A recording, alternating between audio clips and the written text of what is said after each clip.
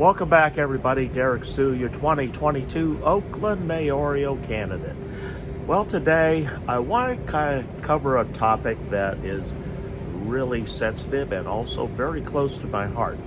And that subject is housing. And a lot of folks out there have been asking, what has happened to your camp? You say you've gotten a lot of people off the streets, out of your camp, and into housing. Well, let me kind of walk you through the process, and I'll take you through at least two of the programs that I'm following and that I have actual participants in these programs. And so the first part is coming through the gateway, and that's entering what we call the hub, so to speak, or centralized housing. And so the first step is getting in there, filling out the paperwork, and then you'll most likely be assigned to one of the city shelters or community cabin systems. If you come through certain county programs, such as Alameda County Health Systems or one of the county hospitals, you are more likely to be placed into this county program and the state program called Project Room Key. And Room Key is very different from the city-run program. Room Key actually takes its time to evaluate you. Also, it's a time where you're removed from the city streets and out of homelessness and placed into a program. And so a lot of folks, their personality changes. They're not so aggressive anymore because they don't have to be. They're in a more friendly and neutral and safe environment that's stable, and that's the most important thing, that the environment is stable. And so these programs take their time evaluating the individuals and also working on their finances. A lot of folks here that city and counties are coming up against is that some folks had zero income, meaning that they were highly likely to have worked under the table at very low paying jobs.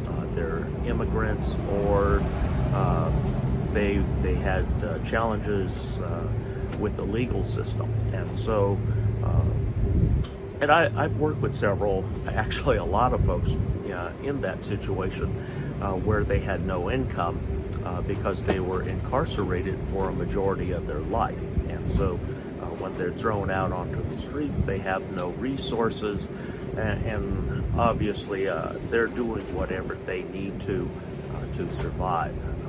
But there are exceptions. I worked with many of the exceptions that came out of incarceration and really truly wanted to change their lives. And so we helped a great number of those off the streets and into permanent supportive housing, and dealt with some of the legal issues that they had along the way. And then the city programs, the community cabins, and then also here in East Oakland, we have EOCP, East Oakland Community Project, also known as Crossroads. It's at 75th Avenue and International Boulevard. I was there myself through the city program for 91 days. They will help you getting into a permanent housing situation, but unfortunately it's not an all in-depth program to ensure that you don't come back out onto the streets. And so once you have landed or are assigned permanent housing, or what they deem as permanent housing, they stop following you. They don't talk to you. You no longer have a case manager. So if you have financial issues, you have nobody to talk to. loneliness issue. Loneliness is a huge issue in the city program, in the fact that typically when you're assigned housing, you go into that housing and know absolutely no one.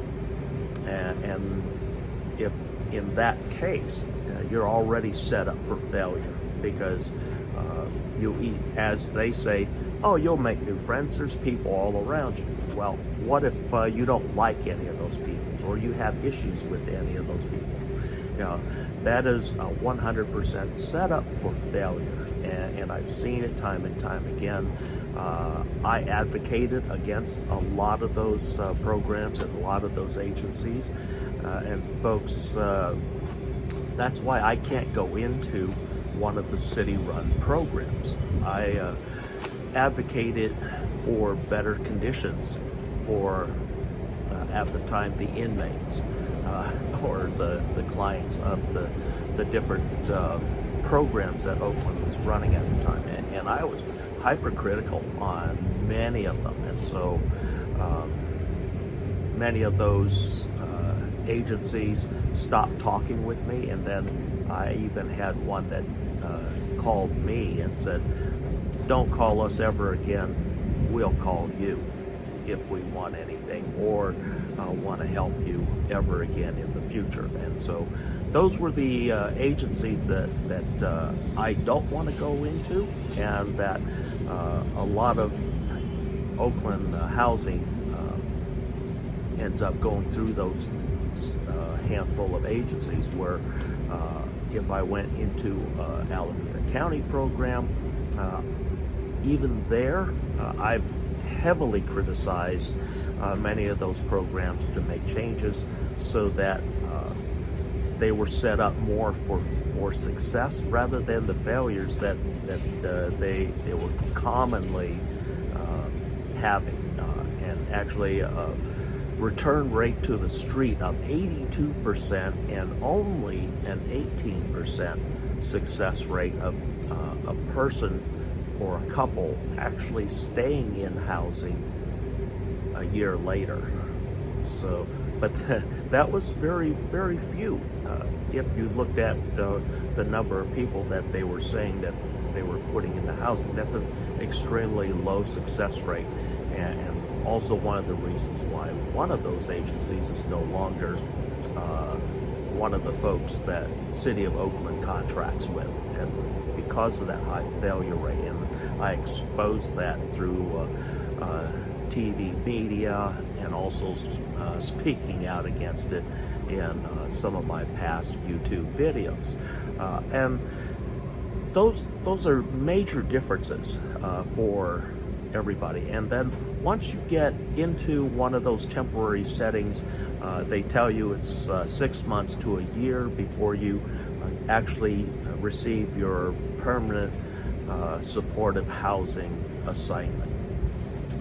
And I worked with a lot of folks here that through the whole process, there's a lot of paperwork. They literally go through all your finances, and if you don't have finances, then they start looking at what resources are available to that individual to create an income so that they can qualify for an apartment on their own and not in a program setting, so to speak. And I have several people in different apartments. They're not anywhere near. One is in Hayward, another in San Leandro. But then here's the part that nobody ever talks about: the cost of that housing. Yes, the housing is extremely and deeply discounted for these individuals. One of my former community members here is paying $200 a month for the rent, and that is subsidized. And so her portion is only $200 a month. However, what they don't talk about is the ongoing cost that's added in, because in order to get that apartment, they also have to pay for renter's insurance. And renter's insurance is anywhere from $150 up to $400, depending on your history, if you have any history. And so there's a very wide range of costs in that.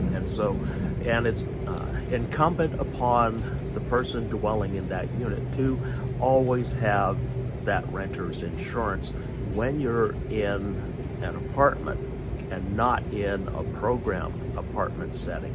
Because right now we have apartment settings that are being set up by this Alameda County for long term, and they're putting in kitchenettes, and a kitchenette is just like a sink, a microwave oven, or a small cooktop, and that way folks can, and a refrigerator, and that way folks can actually be more empowered with their health and their nutritional needs, rather than being served program foods, which tend to be very detrimental for folks like myself who are diabetic. I actually went from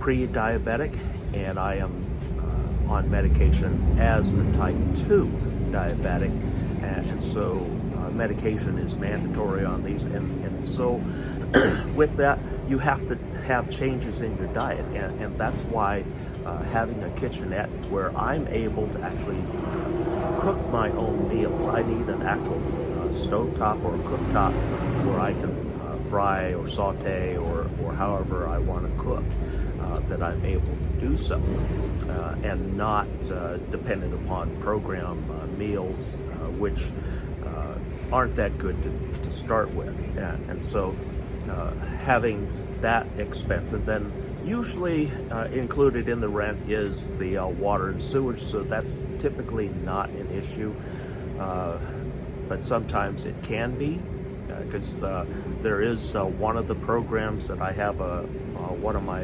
residents in, and there is a cost to the water, and then there's the electricity, and then the garbage. The garbage is a shared community expense, and so what is supposed to happen, they have a large trash dumpster which is emptied every day. It's supposed to be weighed and emptied every day, and the monthly cost is added on to their rent on the following month. And so you have some folks which put very little garbage in the dumpster, and then you have the hoarders. The hoarders absolutely fill that dumpster up, and yet they still pay the same. The person putting very little garbage in is paying the same high rate that the hoarder is causing, and so we see a lot of unfairness in that, so you add that cost in on the monthly, that has to come out of their pocket, plus utilities. Your electricity isn't free, and so you have a huge deposit, anywhere from $350 up to $500 to start service if you're in an apartment building, and that way you can have electricity, and they bill you. And so that's the big complaint that I have from all of the folks that are in the apartment setting, is that they have no control over the cost of the electricity, and there are months that go by where also with inflation cutting into the cost of food, that they really have to watch what they purchase at the grocery store, because again, they're like myself, they need to cook more wisely to abate some of the health issues, such as high starch, high sugars, a lot of salt. So these are things that have to be addressed when going into housing, and thus far the offers and the suggestions that have been offered to me are not acceptable, and I make no bones about it, and I tell them all the reasons why. My primary one is that my health care is all central right here at the Eastmont Mall. All my testing is there, my primary care doctor is there, and if I'm in really bad shape and I need hospitalization, Highland Hospital or San Leandro Hospital are options that I can utilize. But I need to stay over down here because everything I have is centralized. And folks, when you say, well, why don't you just move somewhere that you can afford? It's more than that. And I'm telling you, healthcare is one of the hardest things to move around because information, privacy acts throughout California. And so right now, or what has I've been able to help lay the foundation of, is a new information clearinghouse that all hospitals throughout California is going to be able to exchange information, get your entire health records cradle to grave in minutes rather than in hours and days when seconds matter. And so we've already laid the foundation for Epic, and it ties not only county and state medical centers, but also private medical into that clearinghouse. So this is a game changer.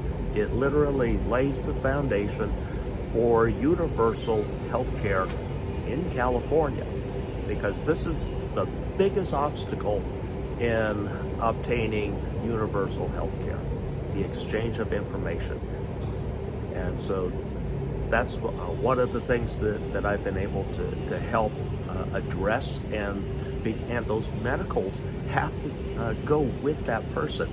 And if it's not able to, because where Oakland has offered is in West Oakland, and that's a whole different region and a whole different healthcare agency that oversees that end of Oakland. So that would literally remove me from my healthcare records and my healthcare specialists that I work with here at the Eastmont Mall and through Alameda Healthcare System. And that agency, while they can share information, they may and highly likely not have the services available that I truly depend upon for being able to get through my day-to-day routines. And so that's called Continuum of Care, and that can include a lot of different things. For many of those that have moved into housing, permanent supportive housing, once they stabilize, they feel a little safer, and they're able to address their addiction issues that they may have, whether it be alcohol or with illicit drugs, or even controlled drugs. And so this is why tiny home villages are so important. It lays the base foundation for affordability for everybody, not just the homeless. And the homeless actually are, their first step is aboard my floating resident ships out in Oakland's Middle Harbor. That's their first stop. We're going to still talk about adding tiny home villages in and around that same site. And these are co-governed sites that have a board of elders in each one of them that oversee day-to-day operations. It's not organizations and agencies like we currently utilize that have no accountability whatsoever. We have accountability in this program, and these are co-governed sites, meaning that there's a board to oversee day-to-day operations, and the co, which is a legal person and advisor to that village, and they are there on a 9 to 5 daily basis, Monday through Friday, and they simply advise and make sure that the encampment and all the CCNR's code of conduct and rules are being administered fairly and evenly, and whatever changes need to be made, if they do it as a voting community and not as a board that dictates. So it's a community-based governance with an advisory for in the event that there's questions. And these are the things that I have been promoting since 2017, these type of encampments. And so we need to move towards those because we know that they are successful and that they do work and very necessary.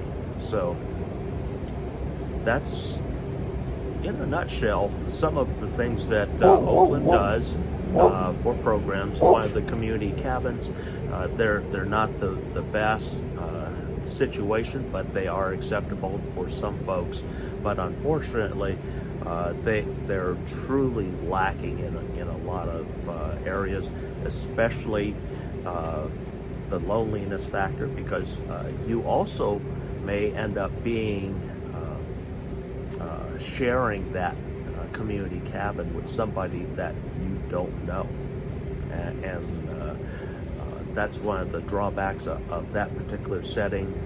And if there's arguments and things, you don't have a so-called governance to oversee a process to be heard, and rather than being heard and finding out, getting to the root of things, these agencies simply toss out both parties out of the program for overnight, typically, especially if they come in high on drugs or really belligerent and on alcohol.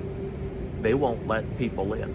They will not let them into the shelters, community cabins. So that's something that causes a real nuisance to the neighborhoods when those folks are being excluded from the only place that they can be, and which is in their home, and where they're supervised. And so these are settings that we have to sometimes rethink so that it's more equitable and much less prison-like, and where it's like a condominium setting, and there it is a community, and we're talking about a very low-cost community. But we want these communities to be fair and equitable because they're going to be cohabited by Oakland's essential workers, school teachers, emergency workers. These are the folks that are going to have access to not only tiny homes, but also low cost and sometimes no cost housing aboard certain programs here in Oakland as part of my PATH program. And these are I've been talking and espousing that I am capable, and we are capable as a community, of installing within an 8-year period 26,000 affordable housing units, and deeply affordable housing units. Deeply meaning zero cost housing. And so these are all things that are possible through 3 different EIFB programs that I have been speaking of right here on YouTube and on Facebook. One for the Oakland Coliseum, then my Oakland Middle Harbor project, and then the third project, which comes and brings a stadium and also much needed housing, and restores an old neighborhood that was eminent domain back in the late 60s into the 70s. And it restores the Oakland and because that Highway 980 was a big divider from old and poor Oakland from downtown Oakland. And so we're going to restore that by building over the top of 980. We're not going to close 980. That will remain always available. We build over the top of it like what San Francisco did out into the city. So with that area restored, that becomes community property.